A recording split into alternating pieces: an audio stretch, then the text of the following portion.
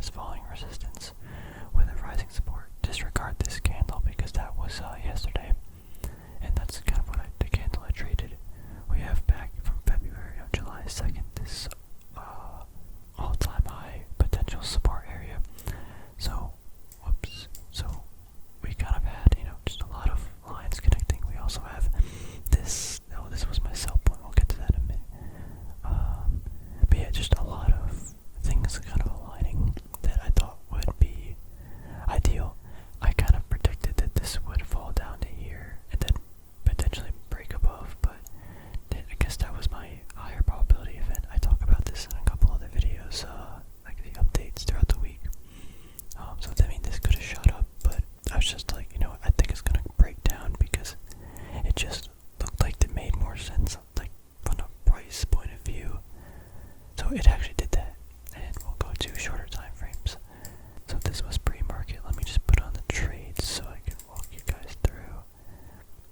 Pre-market, it falls out of that triangle pattern. 8:50, 9 o'clock, 9:10, 9:25. It fell below, then it got bought up, and this candle's where I initiated the trade. I bought in 2 segments.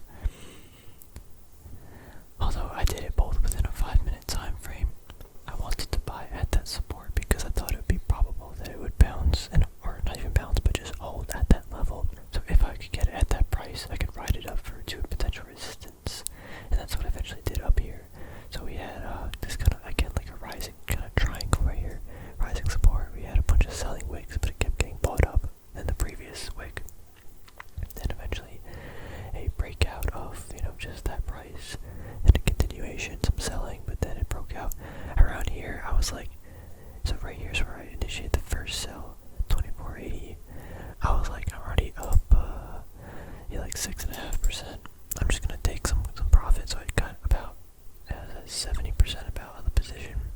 Then I held on for another 15 minutes. I wanted to see if it would hold, or if it would bounce even further. Maybe I get some more momentum. And it fell, and I was like, I'm already up a good amount of money in a very short amount of time. Just gonna take the risk off and then call it a day. So that's basically what I did. I was considering holding it, but the more I looked at like a larger time frame, the more it's just like look, we got this potential like resistance, we got this downward resistance, we have this trend line on this side. The lower side is a resistance. To me, it's like there's 3 kind of resistance points. Do I really want to try and fight that, or do I just want to sell, take the profit, and I could always re-enter? But yeah, that's my thought process. And today, it actually, it's holding a little bit, but again, it has to break these resistances, and that wasn't the trade I was really trying to hope for. And maybe in like a week, this thing could run up, pretty high. Like you could go all the way back up here. I don't know, and I could have made, 20% trade, but that's not guaranteed. I was already in a guaranteed 7% or 6.5, whatever, 6% trade in like an hour, so that's why I just took the profits. Yeah. Overall, I thought it was a pretty good trade. I actually forgot I was in the trade at one point. So these are the 1-minute candles. And I guess I'll put the trade, I could put it on. Just as you see, I had 2 different entries, 2 different candles, and entry exits, but it's just funny, like, I think when it broke out of here, I saw it like consolidating here, then I went to go grab like breakfast or something, and then I was like, oh wait a minute, trades, and I checked, and it was like up here. I was like, oh wow, don't forget you're in trades, guys, that'll ruin you. I mean, not ruin you, but you just can't forget you're in some trades, because it could have went down, and I could have, not taken the profit. I want to show you guys the volume too. I was kind of watching, not as much, but so we are back in here again. We're rising up.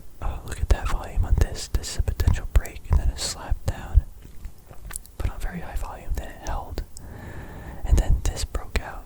So basically, these 2 breakouts almost were showing some very strong, like there was the word, like need, like drive, that it wanted to push up out of the channel or the price action. However, a lot of sellers came in to push it back down, but this, you can just see, look at these like momentum. So on this one,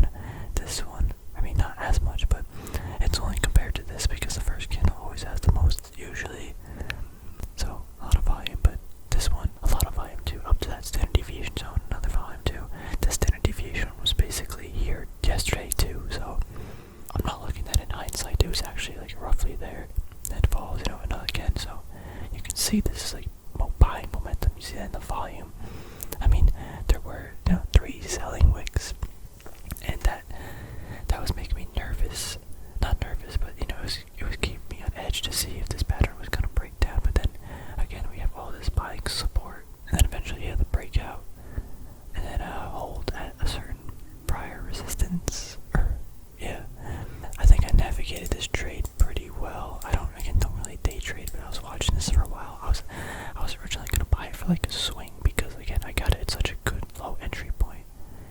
But all these resistances came into play so quickly. I got a good percentage trade, and yeah, you can even see that candle literally just dropped. Like, because I mean it makes sense. 1, 2, 3, all these resistances perfectly lining up on the price action. It just makes sense to me, I guess. What's it doing today in pre-market? It's getting bought up. Interesting.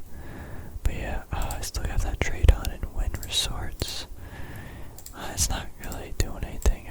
Now it's been like, maybe like a week. When did I initiate this trade? Oh, it's only been like, it's only been a week. It's not the best trade. I could just take this money off and hold it in case something happens over the weekend. I don't know. But yeah, just want to tell you guys that trade I had because it was good. You know, we got, oh no, what happened? I traded Workhorse 3 times, 2 times. Really good trades. I can show you guys. One time, really bad trade, but you know.